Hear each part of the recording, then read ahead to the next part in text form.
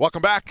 The Northwest Tank Line Super Bowl show coming to you from Radio Row in New Orleans. Super Bowl 59 pits the Philadelphia Eagles against the Kansas City Chiefs. And joining us now is an old friend. He stops by all the time. Every year we see him. Man, he's got such a history in the game. He played DB for the Cincinnati Bengals in a Super Bowl. Longtime sideline reporter for ESPN for what I say probably the best play-by-play color team, the whole package. Him, McGuire, Theismann, Mike Patrick. You're bringing back some great memories, I'm telling you, man, he was always the best-dressed guy on that team. Also has worked for CBS Sports, Sirius NFL Radio. The list goes on. The one and only Solomon Wilcots. Solly, great to have you aboard again. Moj, you know it's always great to hang out with you here on Radio Row at the Super Bowl where we always meet. And you never fail to bring great gifts. You are the absolute best. And I see you look, you have even more where that came from. I got 3 bags still in the hotel room. You are the best.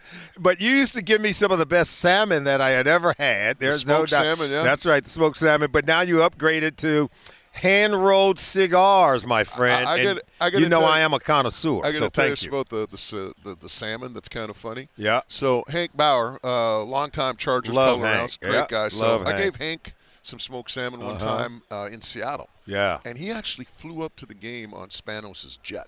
Oh, wow. So he tells me, he thought it was dry. He opens it up. Oh, no, you don't want to do that. Oil and everything on the leather sheet on the jet. He says he was never invited back on the jet. That was it.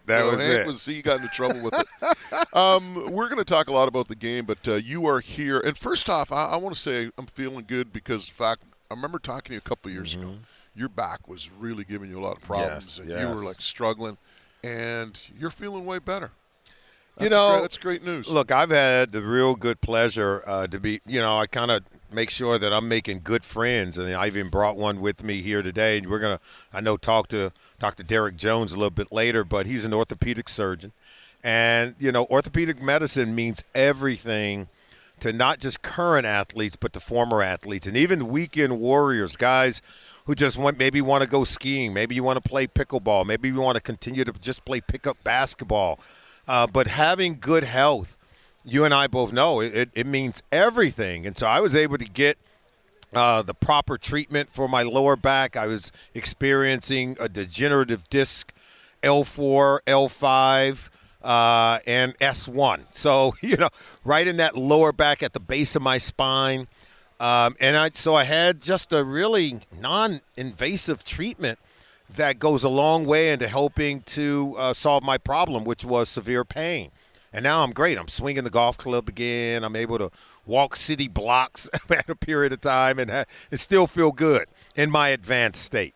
Hey, before we move along and talk NFL, Coach Bill McCartney recently passed away. And my good friend Mitch Berger, is a Colorado Buffalo alum. That's right. Mitch posted a real emotional tribute to Coach and what he meant to him. Yeah. And the impact that he had on his life. And just, your thoughts on Coach McCartney passing away and what he meant to you. Because for people that don't know, this guy took Colorado national championship and was one of the coaches of his generation. Originally when I came, he was the only college coach that I played for at the University of Colorado. I had been recruited by Chuck Fairbanks, who had been an NFL coach, and he was coaching at University of Colorado. And then by the time I got there, he had left, and Coach Mack had taken the job. And so I was not part of his original recruiting class. And so he's trying to decide who he's going to keep, and you know how it is, right? Got to prove to the coach that you're worthy of that scholarship. And he made it hard on us every single day. I think for my class of freshmen, of about 27 guys, when we got through our senior year and was posing for that picture, there was only 8 of us left. Wow. Think about that. And so when he used to tell us, those who stay will be champions. Now, we left after the 86 season, and as you well know, he won a championship in 1990. And when I was talking about Coach Mack, what he meant when he said those who stay will be champions, not everybody gets to play on the 1990 team. But what he talked about, if you stay and if you commit yourself and if you're dedicated, by the time you go through his program, by the time you have weathered the storm, by the time you've experienced what it's like to learn under him, You go from being a boy to a man real quick. Mm-hmm. But if you stay, he's talking about you're going to be a champion in life. Talking about life skills. That's exactly right. And he always talked about that. He always talked about the fact that one day you guys are going to come back and you're going to thank me. Now, when he was saying it, we weren't buying all of that because it was that hard. It was that tough. When a man comes in and says, we're going to lead the nation, we're going to be the number one punt team in the country, we're like, Coach, really? Punt team? You mean? And he would say this. He said, look, if you allow a punt to get blocked, return for a touchdown, he said you lose 80% of those games. And if you're the ones who's blocking the punts and returning them for touchdowns, you win 80% of the time. He made sure that if you were a starter, you were on the punt team. He made it like a badge of honor. Think about this. You're a starter. You invested in it. That's right. There was an investment That's in right. accountability. And you got to understand, in college, guys aren't like – they're not like, chomping at the bit to be on the punt team, right? But he created an environment where every single guy knew that if you were one of his 11 guys on that punt team, you were one of his guys. Yeah. As simple as that. That's how much he was able to create a culture, an environment, and an understanding for how he wanted the game played. And I'll end on this. I always said that if wins and losses were sort of added by how many boys you helped to become men, this guy is one of the greatest coaches of all time. And that's kind of how I would state what he meant to me. Solomon Wilcots is our guest, of course, longtime NFL analyst and broadcaster. He's here talking a little bit about Verso. We're going to get into that. I'm not even going to try to use this medical term because that's okay. We have someone for that. With Dr. Jones, he's going to be standing by. Why don't we bring in the doc right now? Yeah, let's do that. Dr. Derek Jones. So tell us a little bit about what you guys are doing here in terms of the auto. No, you had to try it. You had to try it. No, I'm not going. Let's keep it simple. I'm going to keep it simple. Yeah. Say if you have knee pain. Yeah. You probably have some kind of cartilage damage in there. Of course, if you get diagnosed with cartilage damage or arthritis in the knee, it's because you're probably starting to experience some breakdown in the tissue that makes up the cartilage. Now, how about this? What if I told you they can use your own cells to grow your cartilage and put it back in? They can do this orthoscopically to keep you from getting to the point where you're bone on bone. Now, that's as far as I'm going to go because I did bring my broadcast partner, Dr. Derek Jones, an orthopedic surgeon.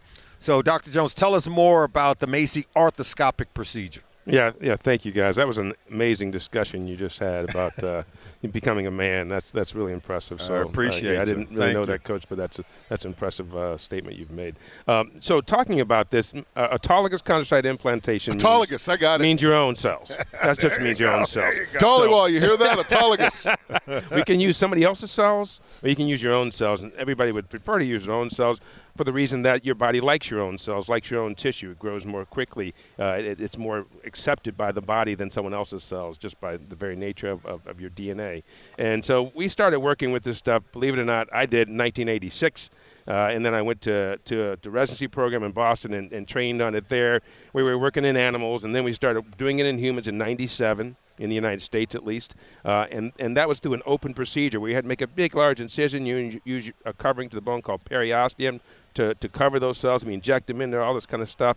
And then we modified that to put the cells on a graft, which was a big innovation. It started in 2003 in Europe, and then we brought it here to the United States in 2016, 2017, and it did great because the cells were a larger population of cells, more larger growth of cells. The graft was holding the cells in place versus just injecting them in. So that was a big improvement. Now we've come out with a way to put it in through a little 2-centimeter incision, which really is a game changer compared to a 5 to 6 centimeter incision that we modified it to versus the 12 centimeter incision we used to do before. And you can imagine the morbidity, the problems with the patient's post-operative course versus a 2 centimeter or 5 centimeter type incision. So we just came out with this, believe it or not, in September of 2024. Yeah, the orthoscopic procedure. Yeah, that part of it. And arthroscopic means just small incisions using a fiber optic image on a screen to do the work. But we can put these cells in with the same graft where they have this large population of cells. We came up with specific cannulas that allow us to get this graft in without killing the cells. The cells are very, very sensitive to touch. So if you can't get them in without killing them, obviously it's no good. But we use these cannulas that can allow us to use these small incisions, put that in, and it's really a short-term follow-up, obviously, showing a great return and early function for patients at this time. Isn't that great? I mean, think about this. You have cartilage damage. They're going to come in and they're going to remove the dead tissue. They take a piece of the healthy tissue and they grow it in a lab, and then they go back in and it adheres to the healthy tissue and the bone, and it's as if you never had the damage. I just think it's phenomenal science. Hey, Doc, you got a couple of hours this afternoon? Yeah. Let's go. Work on me. So, before we let you go, Sally, we got a couple more minutes with you. One quick thing, because Yes. I have to. This is what we call our call to action. If people want more information, they can go to the website, Macy.com, MACI.com, to get more information on the procedure or find a doctor in their area. You got to trust me. I was going to do that at the end. So you man. You know how it is. We just wanted to keep it nice and succinct. My apologies. It's your show. It's your show. You know, you're driving us like here. I said, it ain't my first rodeo. I know how to do this.